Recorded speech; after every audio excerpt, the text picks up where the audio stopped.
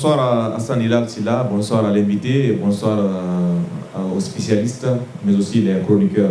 Allez, moi, ma question, c'est d'abord la gestion administrative à la Fédération Guinéenne de football. Tantôt, on a parlé des équipes nationales.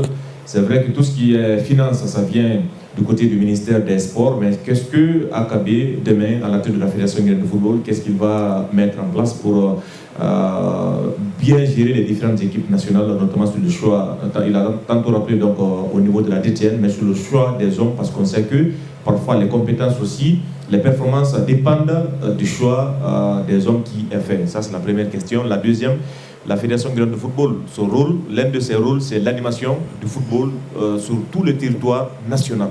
Parfois, on a tendance à focaliser les attentions que sur Conakry.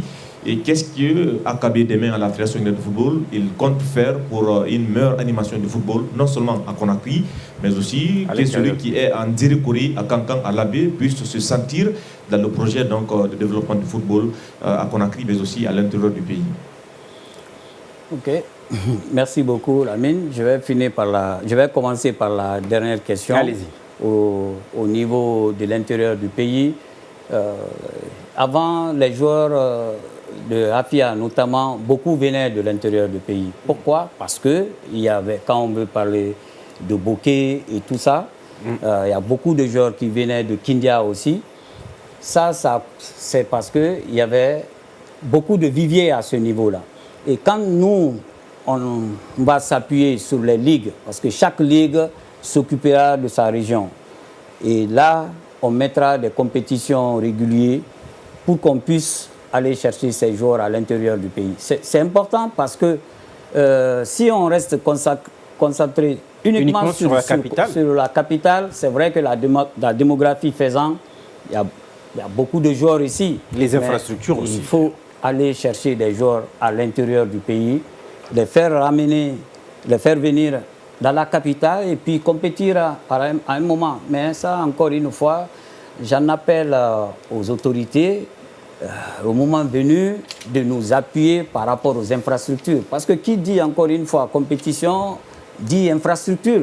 Pas seulement les stades de 50 000 places ou 40 000 places. Non, non, non. On peut faire des terrains simples, oui, où on peut jouer des terrains de proximité. Si vous prenez par exemple le stade Général Lansana Conté, combien de milliards on a mis là-bas dans un seul stade qui est bien, on peut dire, qui est bien, mais on l'utilise combien de fois par année? Mais si tu prends le prix d'un terrain, tu divises ça pour le prix d'un terrain, on peut peut-être avoir 3, 4, 5 une vingtaine de terrains. C'est ce qui fait que plus ces garçons-là jouent, mieux ça serait pour pouvoir les dénicher.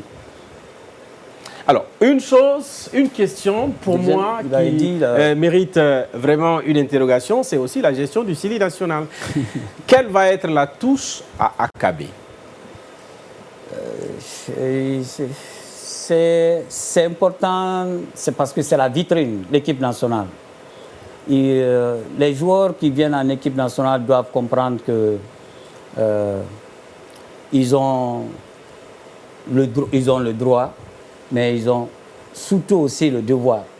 Parce que vous n'êtes pas sans savoir que dans les couloirs ici, quand ils sont ouverts, on voit des militaires assis de partout pour essayer de les empêcher de sortir.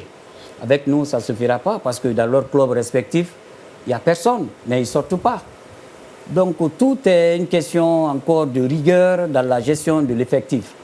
Et ça, l'entraîneur sera responsable de ça. Une fois on le met devant ses responsabilités, on lui donne tout le pouvoir et que le joueur après arrive à faire certaines choses, eh bien, la sanction sera là. Parce que ça, un joueur, je donne un autre leader technique, Nabi Keita, qui est capitaine, il vient faire certaines choses, vous le sanctionnez, vous le renvoyez dans son club avant qu'il n'arrive là-bas.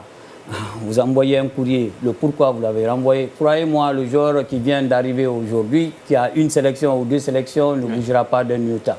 C'est comme ça, la discipline qu'il faut instaurer dans l'équipe. Une fois que ça c'est instauré, les joueurs même respecteront tout ce que vous allez leur dire.